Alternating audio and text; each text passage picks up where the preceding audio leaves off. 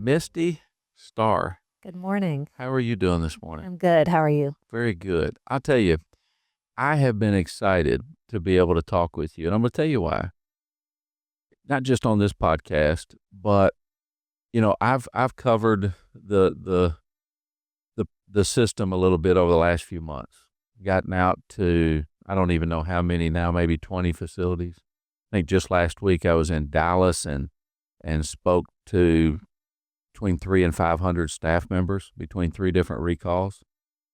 And as I've been out, I hear your name a lot, a whole lot. I look and I talk about the importance of leadership. I talk about the importance of us identifying the right leaders. And I ask a lot of times, who do you think is a good leader? And I ask that question because it tells me a lot about the person that I ask it of, right? And I've been able to hear your name a lot. You are now the first selection that has been made into a regional director position. Now we've made two others, but they were acting.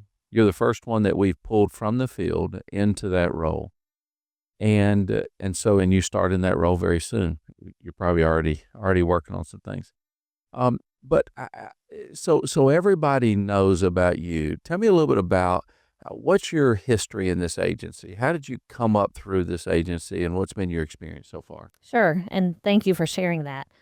I was a public school teacher in special education before I started with the Bureau. So I was lucky enough to start at USP Hazleton 21 years ago as a teacher. And then went up the ranks of education, went on to, at the time it was FCI Morgantown, now FPC, as supervisor of education. Went on to be executive assistant at FCI Manchester, Kentucky, and then 2 associate warden tours, one at FCI Cumberland, one at FPC Alderson, and then on to warden at FCI Waseca, Minnesota, USP Florence, full circle back to FCC Hazleton.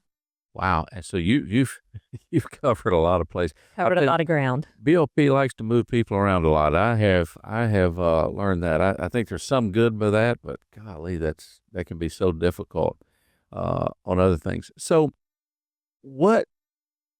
tell me some examples that you've seen in this agency of both poor leadership and of good leadership, and maybe how that has maybe shaped who you are. Okay. I'll start with poor leadership. I've witnessed those leaders over the years that I'm sure we all have that are just not engaged. They're in the seat, they have the title, but they're very hands-off with the staff that they lead, as well as the inmates that are in their facility. You don't see them often, you don't hear from them often, and it just creates a divide between the line staff and management. So that would be an example of poor leadership. An example of good would be the opposite. Those leaders that are out there side by side with their staff, that are out there in the housing units, that are in the programming areas, observing what's going on, getting to know the individuals. That's what makes a better environment and culture within the prisons.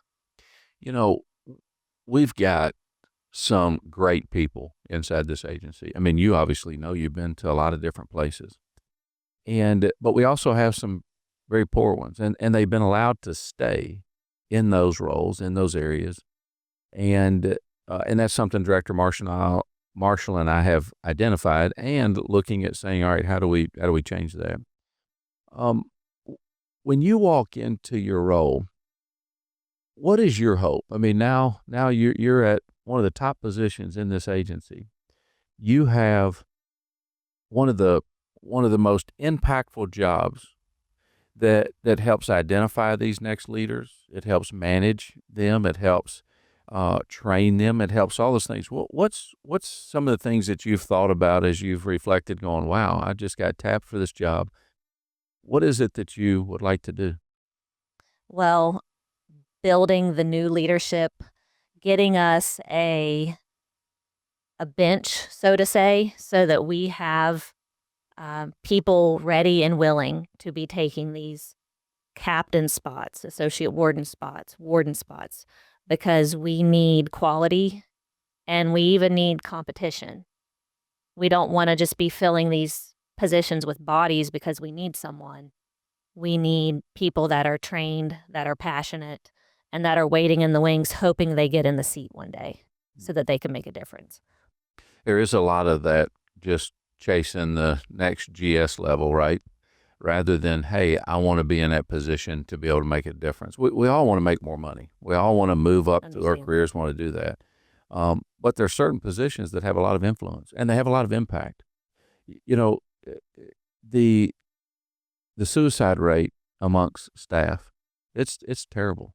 I mean, the staff rated this agency the worst place to work in all of federal government. You've heard me talk about that.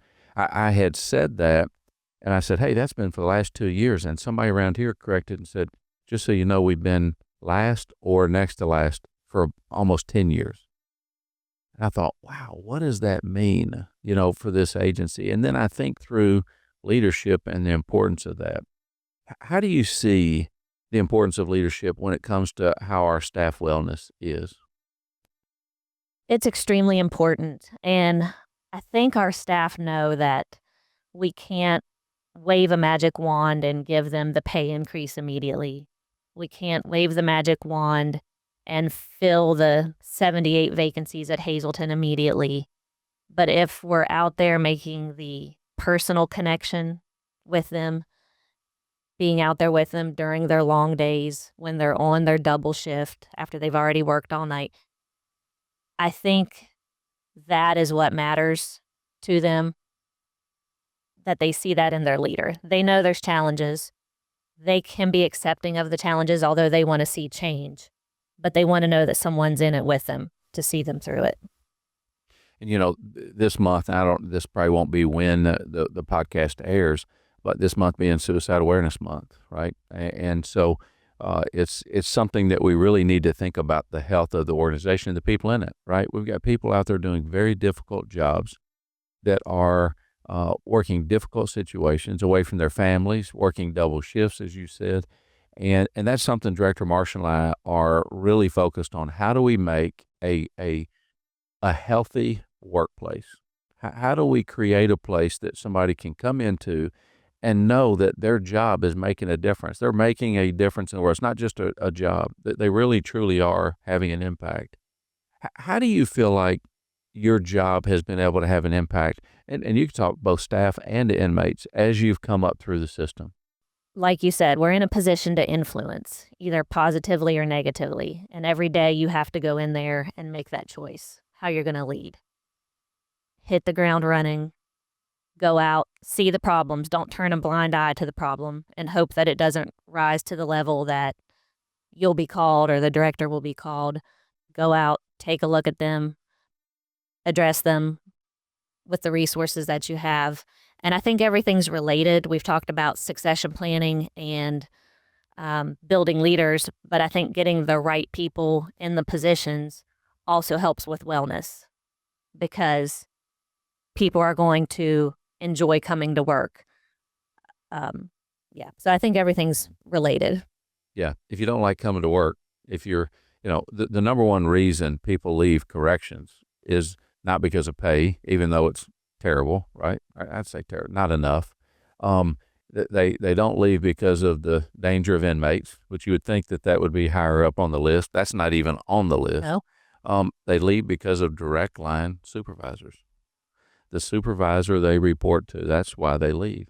So that's why it's so important, right, to get those right people in the right places. Are there any leaders that you look back or that that you might look up to, that you might say that you would point to in the past? Anybody you could think of? I'll highlight my previous boss in the North Central region, Mr. Madvosian. He was a great regional director to us wardens in the field. And under his leadership, that is when I became more results-driven and data-driven to hone my own leadership skills. So he comes to mind first. That was very good. You are I mean, I haven't asked. I don't know how old you are. I don't know where you're at in your career time, but you look young, so it looks like you've got years, some time left. What do you hope for this agency? What would you like to see happen? Bigger picture, you know. Feel free to say whatever or however. I don't know that I've actually thought about Yeah. that yet, but that's a good question. Um, I hope that we're off of the bottom of the list. So I hope that we do our part to get the right leaders in place, to get us staffed and competitive in the law enforcement field again. And I hope that we do what we've always done when it comes to programming and rehabilitating, but that we amplify it.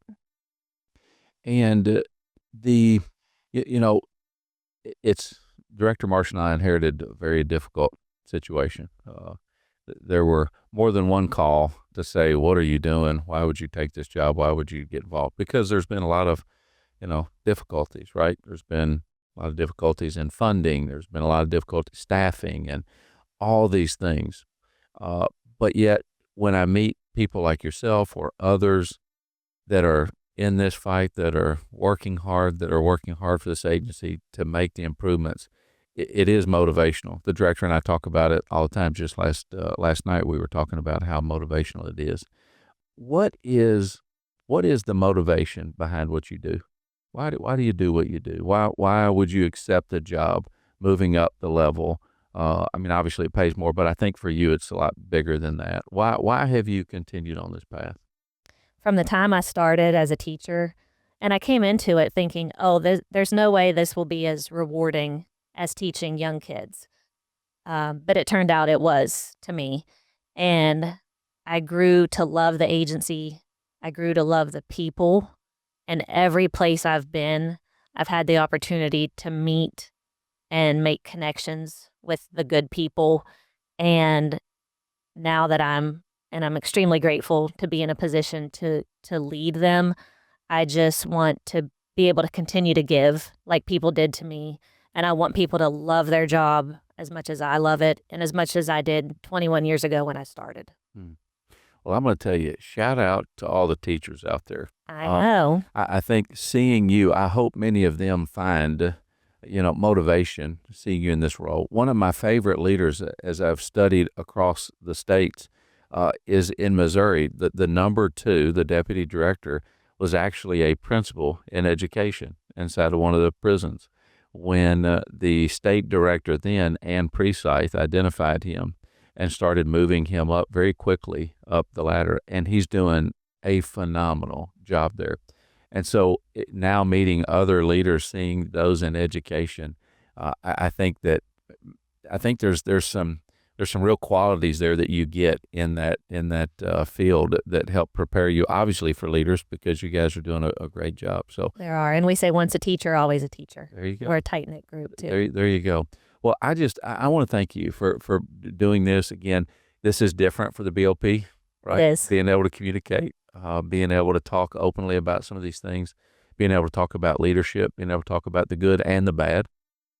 But I think it's important. I think it's important for your coworkers and others to be able to see what's really going on. I believe that as leaders we should be accountable, right? I tell people when they've told me you don't want to do recalls this big. There's people are going to challenge you and they might record you and they might do these things. And I said, well, I believe that that's our responsibility as leaders to be out there. I think we should be accountable to people. We don't need to hide in our offices and those things to just be protected. We need to be able to answer to the people that we're responsible to. And so I really appreciate you being willing to do this. You're now going to be leading, how many prisons are in that? 21 facilities. Yeah, 21 facilities and a lot of staff represented in that. And I can tell you, I've already gotten some messages from the field, excited. People have known you from other places. And so I'm really excited for others to be able to get to know you. But I just want to say thank you for what you're doing. Thank you for the career that you've chosen. Thank you for the work that you've done inside of this agency. And I'm really excited. I know Director Marsh and I were talking about it last night. We're both really excited about your leadership and what this says for the direction of this agency. Thank you also. Yeah. And it's a true blessing to be in my new position. Yeah, we'll look Thank you. forward to working with you. Thank you very much. Thank you.